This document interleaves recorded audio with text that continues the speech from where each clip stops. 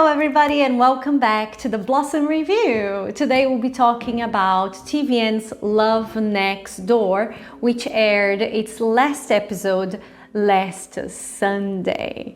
So I wonder if you guys enjoyed it or not. Well, I've seen some reviews online. Some of them agreed with me, some of them, well, they didn't. Because I was very disappointed, and for me it's heartbreaking to say, but Love Next Door unfortunately was very disappointing. It didn't live up to the hype because everybody, I think everybody was looking forward to the show. The creative team behind Love Next Door is the same creative team as Hometown Cha-Cha-Cha, which was a lovely show and my favorites. So I had really high hopes, and of course you had Jung Hae-in and Jung So-min as the leads, so we were expecting something incredible, but we didn't really get that.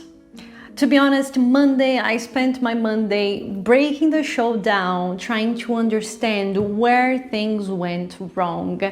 And if you checked the Blossom Review yesterday, we posted a complete breakdown of the show. Do check it, take a look. I spent quite some time on that because it was supposed to be a very special show to me, and it wasn't. And today I'm here to just have a quick chat with you so I can share some of my ideas, and maybe you guys will tell me if I'm wrong, if I'm right, if you agree, if you disagree. It's not a matter of being right or wrong, but if you agree or disagree with me. I'll probably be spoiling you guys, so if you haven't watched the show, if you don't like spoilers, don't continue, watch the show and then come back. So yesterday I tried to understand why the show was so disappointing. Netflix and TVN, they marketed the show as if it was a rom-com, a healing story, and at the end of the day it wasn't. I don't know if the goal was to have a show that mixed different kinds of genres, but that didn't really work either. Because usually when you have a genre blending show, what happens is you have different genres, you have a little bit of each genre that you want to explore everywhere, so it permeates the entire show. In Love Next Door, what you have is a show divided into three very specific parts. So you have the first part, which is a slice of life. From episode 1 to episode 6 is pretty much a slice of life. And then you have from 7 to 11, you have a melodrama. 100% melodrama. And then you have from 12 to 16, you have the rom-com. I say rom-com because the script was so badly paced that when we got to the rom-com part, we didn't care anymore.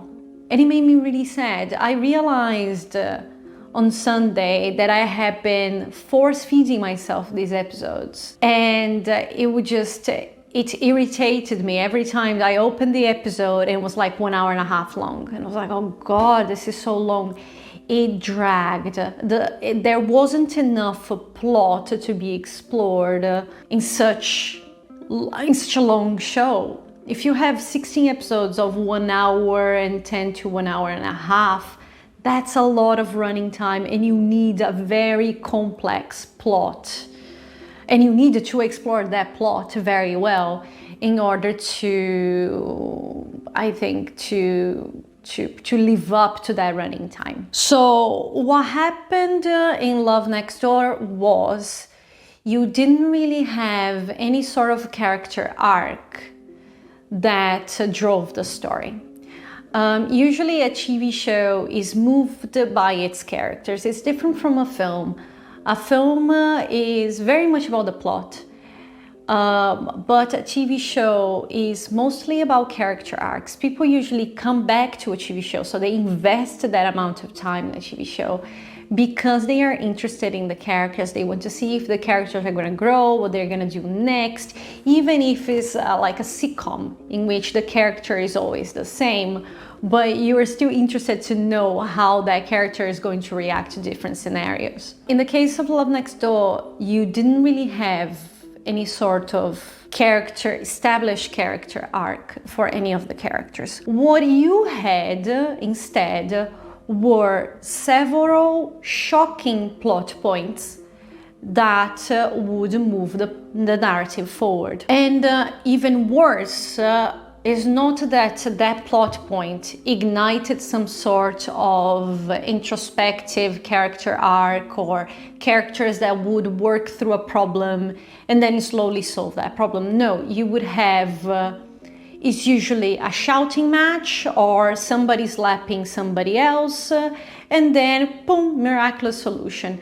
That was something that irritated me quite a bit. I understand that, you know, K-dramas, you have a lot of scenes in which the characters sort of slap each other and it's supposed to be funny. In Love Next Door, it was just uncomfortable. So let me just illustrate this point with a few things that happened during the show. So for example, you have the mother, Bakryu's mother. She pretty much gaslights her husband constantly during the first part, the slice of life part. And then you have that shocking, I think it's the first shocking plot point in the whole story, in which the father is conned by the YouTubers, okay? And that ignites a loud argument that solves the problem. And then they're like, oh, everything's okay, everything is fine, we understand each other now, let's move on. And then the thing that made me, I think, the saddest was then you have Bakryu's career change. Oh, even before the career change, actually, something that irritated me a lot in the first half is that you, in the beginning, were introduced to the main character, Bakryu's, who is played by Jung Sung-mi. So she comes back from America. She spent 10 years there, and you understand, so during the first 6 episodes, you understand that she was cheated on, she had this traumatic working experience in which she worked in a place that exploited her, that she had colleagues that bullied her. It was a terrible moment in her life that she was alone in America, and then she comes back home to Korea. And then you have this awful backstory with her workplace. How is that solved? She confronts one of her former colleagues, loud argument again, in which she can barely talk, she can barely stand up for herself. And then you come the hero of the story, Cho-sung, her childhood friend, who comes to the rescue and almost punches the guy. And that's it. And then she finds out the guy is fired.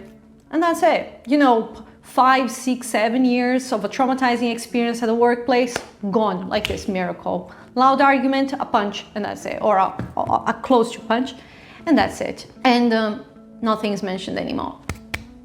That's not how things work. You know, for something that was supposed to be realistic, I don't find that realistic at all.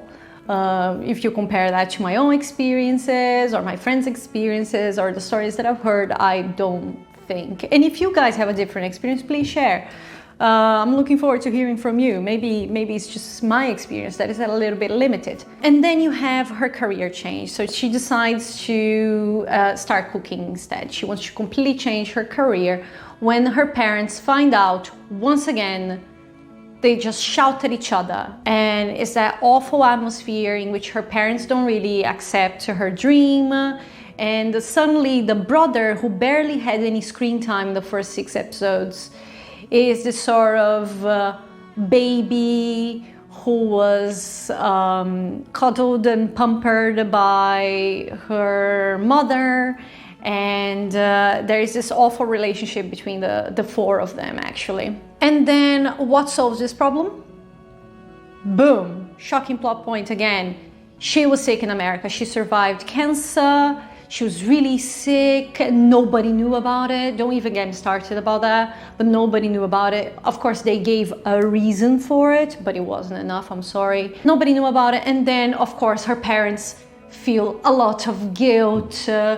Oh my God, it's terrible. We are terrible parents. Problem solved. We accept her dream. Let's move on. Like, you see, there is no arc. There is no journey towards a place of mutual understanding or acceptance. Is shocking, screaming, sometimes beating each other up, and magical solution. That was rinse and repeat throughout the show. Something that I found really uncomfortable was actually her ex-fiance, Bakryu's ex-fiance. So at first he shows up and you think that maybe he cheated on her, something happened between them. That's why they broke off the engagement. And at first he's really annoying. He's really annoying. He's always breathing down her neck, stalking her around, always around. You know, he's just incapable of accepting that their relationship was over. And it was really annoying. And then you get to the melodrama part. So when you found out that she was sick, and I think episode 9, most of episode 9 is composed of flashbacks of their relationship. And you realize that he was actually a very kind, supportive, caring partner. He put a stop to his life for an entire year to take care of her. And then the problem gets even worse. After Bakryu gets better, she develops depression. Okay, and it looked really serious. It was something that started to affect her life and her relationship. So it's not, oh my God, she was sad or she was lonely. No, she was clinically depressed. And then apparently she was treated for a while, but then she still looks very much depressed. And then they have an argument one night because he decides to go to a party. He wasn't doing anything wrong or anything, but he decides to go to a party. And when they go back home, of course, he sort of explodes, because imagine a person that's been taking care of somebody else for an entire year. There is a psychological pressure that is involved in that situation. But the way that she responds to him, of course, he is sick and tired of, he wasn't right in that situation. But Bakryu, you notice that her response is not coming from reason, it's coming from her depression. And in that moment, she breaks up with him. She decides to come to Korea. In that moment, she's completely depressed. You look at her and she's a shell of a person. But that's the person who is supposed to be coming to Korea in the first episode. So that's the person in that episode that is super depressed, breaking off her engagement, is the person who a couple of days later shows up at the airport in Korea, that you see her in the first episode. And then you don't really see this depression. So where did this depression go to exactly? It's not like she was treated. It's not like anything happened to cure her. So at the end of the day, you don't understand exactly why they broke off the engagement. But he decides to let her go because, of course, he realizes that, you know, the childhood friend likes her and she likes him back, blah, blah, blah. He decides to leave. And then the Cho-sung takes her to the airport to say goodbye and nice and all. I felt seriously bad for him in that situation. And I was like, girl, what the hell are you doing? Because you find out before that airport scene that Cho-sung actually ghosted her. For that entire year that she was sick, he avoided her because he saw her with her fiance once. He actually went to America. The guy was right there. And this grown-up best friend just ghosted her for an entire year or even longer. Like, why would you do that? You are what? You are a grown-up. It's not like he was a teenager. So it was awful what he did. He realizes it was awful. He regrets it. He feels really bad. And how do they solve the situation? Take them to the seaside? Have her shout at him for 5 minutes? That's it. We admit he was wrong. Problem solved. Move on. What?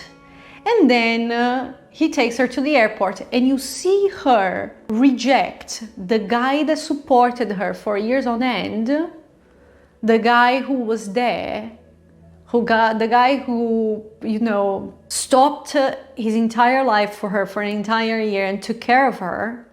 She says no to that guy to stay with the guy who wasn't there for her in the worst period of her life. And at that moment, you know, things didn't make sense. And then she starts crying, and he goes, like, things just don't make sense. It doesn't connect. Nothing connects. Okay, and then the melodrama is almost over because, of course, so we dealt with Baekryu's career, her period in America, the ex-fiance, but we still need to deal with Cho-seung's family. Another story that, if you think about if you take episode 11, okay, if you take episode 11 as a standalone episode, episode 11 was actually very, very well made, because you have a problem that is presented, so you have an inciting event, and you have them working through that, and you have a resolution, you have a conclusion. It's quite nice and tidy. Episode 11. The problem is there isn't enough setup before, and there isn't enough treatment after to make episode 11 work well in a coherent whole. So episode 11 in and of itself is fine, but then episode 11 is pretty much about Cho-seung's family. And then another shocking plot point: his mother probably has some sort of neurodegenerative disease. She might be losing her memory. Something is happening. What should we do? And she decides to divorce his father. It's this whole drama because husband and wife just refuse to communicate. Let's not talk about the communication part. It's fine. You could deal with that part. You could say, communication is one of the themes. The importance of communication is one of the themes of the show. But it's not explored enough for you to say that it's a theme, unfortunately. And then you have this episode that, how do they solve it again? Okay, you dump that sort of bomb, okay? Oh my God, she's sick, she's losing her memory, she's lost. We go after her. They shout at each other for 5 minutes. So Cho-seung pretty much explains how hurt he felt growing up with an attentive mom, a mom that was always absent. And then the husband says a couple of things. That's it. Everything is okay. Problem solved. 30 years of a crappy, family dynamic gone in like 5 minutes. I think, guys, we should just start shouting at each other out on the street to see if we can solve our problems, more easily. Why not? So, solved. And that's the melodrama part pretty much over. From there on, you have the rom-com. But then you don't have enough plot to explore, because now the families are all okay, and the main couple is together, and what? I think the only character that actually shows some sort of growth throughout the show is her brother. So her brother is one of the loose ends they try to tie up in this rom-com part. So in episode 13, he realizes that the stuff he's been selling is actually legal. And once again, how do they solve the problem? They shout at each other for a couple of minutes. He realizes that, he's doing things wrong. He realizes that he feels, he has this complex of inferiority compared to his sister, blah, blah, blah, blah. And then he changes his ways. And then you sort of see this very short character arc there that he starts to study. He gets rid of the stuff that he was selling. He contacts the customers he pretty much conned. And he studies, he becomes a personal trainer. Nice, good, he's the only one. Because the rest is a bit... Then you have the rom-com part, because everything was so badly paced up until this point that it gets to the rom-com part, everything feels so shallow and devoid of anything, of any real emotion. You see Baekgyu and Seo-sung behave like teenagers when they are 34-year-olds who have been in relationships before. And then it's just like those romantic comments to each other all the time. It's funny because their dialogue, there is barely any sort of proper content in their dialogue. It's just romantic niceties all the time. And it's just so shallow, unfortunately. And for some reason, and I think it's because of the script, the natural chemistry that Jung So-min and Jung Hae-in have, it didn't come across in the show. I'm sorry, it didn't. No. You watch the BTS videos, you watch the promotional videos, and it's lovely. I actually enjoy watching those. It's lovely. They have this cute banter between them. They have this spark, but it didn't come across in the show. So from episode 12 to 16, you don't have anything going on, really.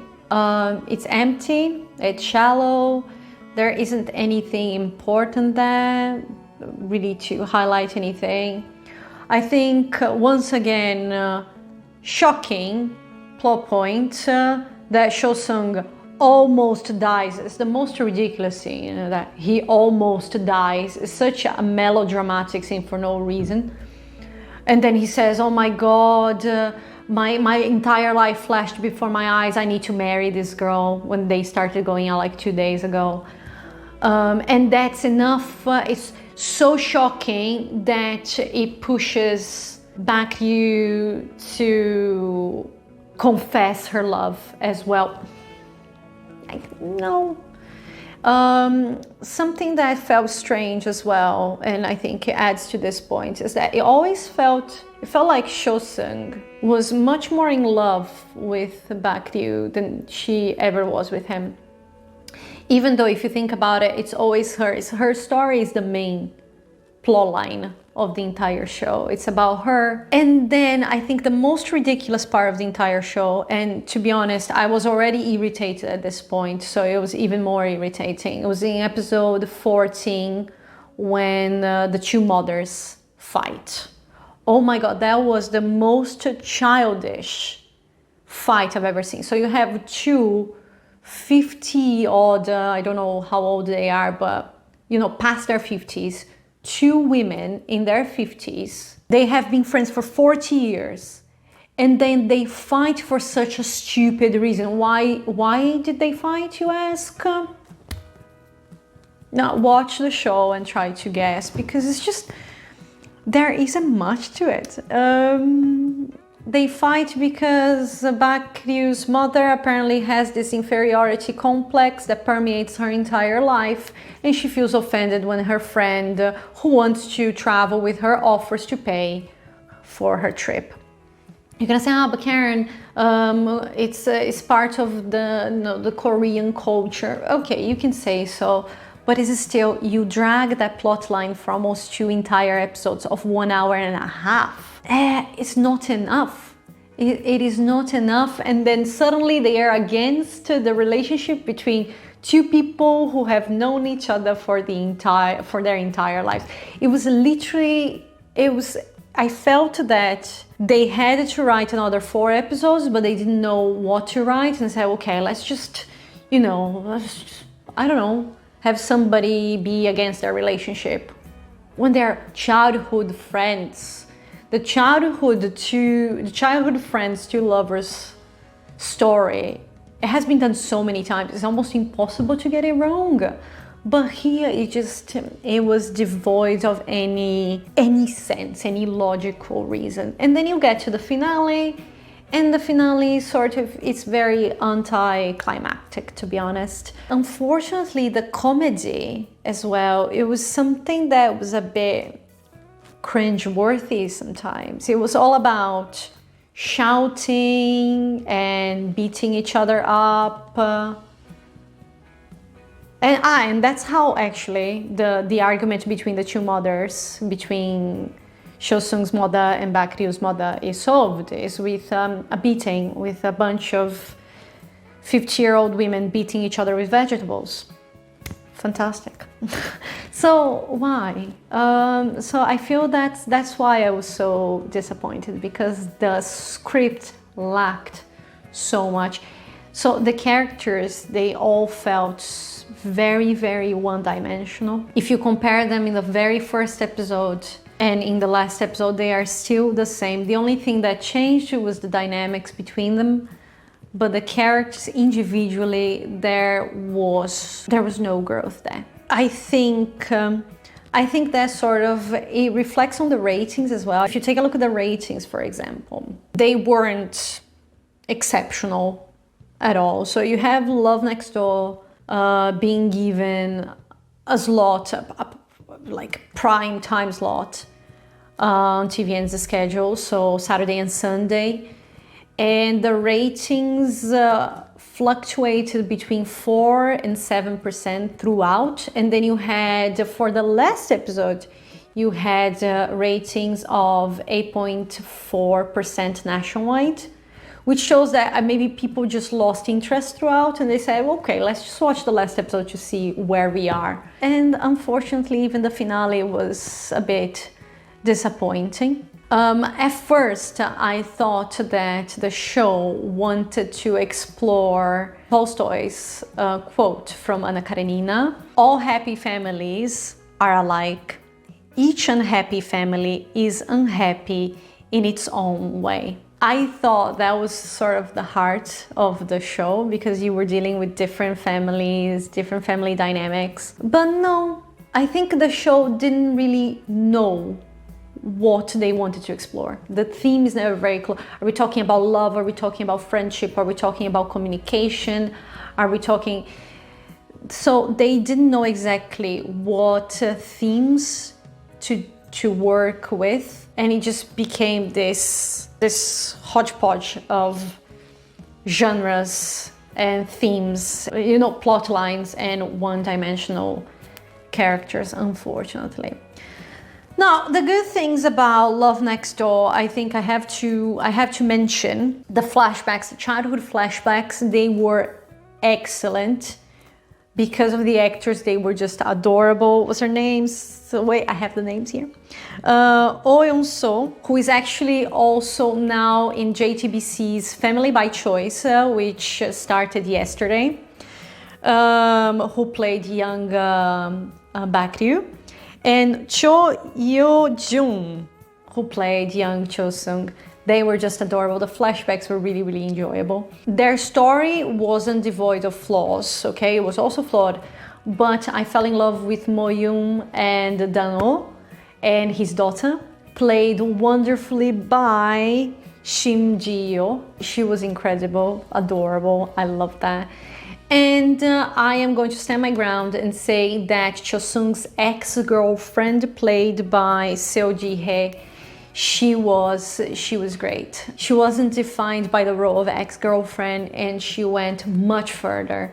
She was independent, she was mature, especially compared to the rest of the cast. She was outspoken, and she was there to ignite this very short-lived, very short-lived introspective character arc for Cho-sung. So she sort of ignited him to think about his life, about himself, about how he felt. And I really liked that. She was a great addition to this cast. And well, she always, okay, she wanted to be next to him, but she always gave him space to think. She always respected his personal space, his decisions. She always let him think for himself, and that was really, really refreshing to watch. So that was very, very good. So at the end of the day, I hate to say that Love Next Door was really, really disappointing. And I don't know. For me, it's heartbreaking considering the creative team that you had behind it, considering the cast. You had a lot of good people in this cast. For me, it's heartbreaking. It really is heartbreaking. But unfortunately, like, it's a show that I won't be watching again, and I bet I'll forget about it in a while, because there wasn't anything of substance to it, unfortunately, as much as I wanted it to have. At first, I really identified with the plot, I identified with Baekgyu. I talked a little bit about it during my first video on Love Next Door. So for me, it was really sad, and I feel really sad. So I want to hear from you guys. What did you think of the show? Please tell me if you agree, if you disagree with me. Tell me your own perspective of it. Share in the comments if you liked it or not. And well, try to convince me of otherwise. I'm looking forward to reading what you guys write. And I want to encourage you to check the Blossom review, because we have a complete breakdown of the entire show that we posted yesterday.